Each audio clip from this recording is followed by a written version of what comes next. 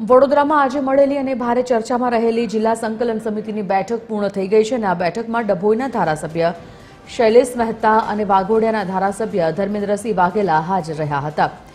કલેક્ટરની કામગીરી પર સંતોષ વ્યક્ત કરવામાં આવ્યો હતો। ધારાસભ્યોએ જણાવ્યું કે કલેક્ટરે પેન્ડિંગ કામો ઉકેલવાની ખાતરી આપી છે અને તેમની સામે કોઈ અંગત નારાજગી નથી।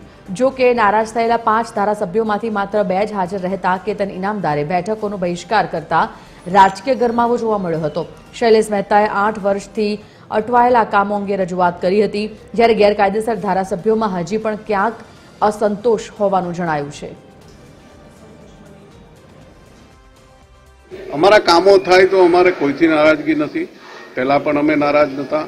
અમારા પ્રશ્નોનું લોકો સુધી અમારે જવાબ આપવાનો હોય છે, એટલે લોકોની વારંવાર રજૂઆતો હોય તેમ છતાં પ્રશ્ન ના પતતો હોય ત્યારે અમારે અધિકારીશ્રીને રજૂઆત કરવી પડતી હોય છે અને એના કારણે નારાજગી ઊભી થતી હોય છે। એવી કોઈ નારાજગી હોતી નથી, કારણ કે અમારે કામો વિસ્તારમાં જવાબ આપવાનો। બાકીના 3 ગેરહાજર હતા, એમના કોઈક કારણ વ્યક્તિગત કામોના હિસાબે એ લોકો હાજર ના પણ રહી શક્યા હોય, એટલે એમના પ્રશ્નોની ચર્ચા થઈ નથી। અમે બંને હાજર હતા, અમારા બંનેના પ્રશ્નોની ચર્ચા થઈ છે અને એનો સંતોષકારક જવાબ આપવામાં આવ્યો છે। કામો થાય છે, કામો કેટલાક છે તે આર્કોલોજી ડિપાર્ટમેન્ટને એનઓસીઓના કારણે નથી થતા।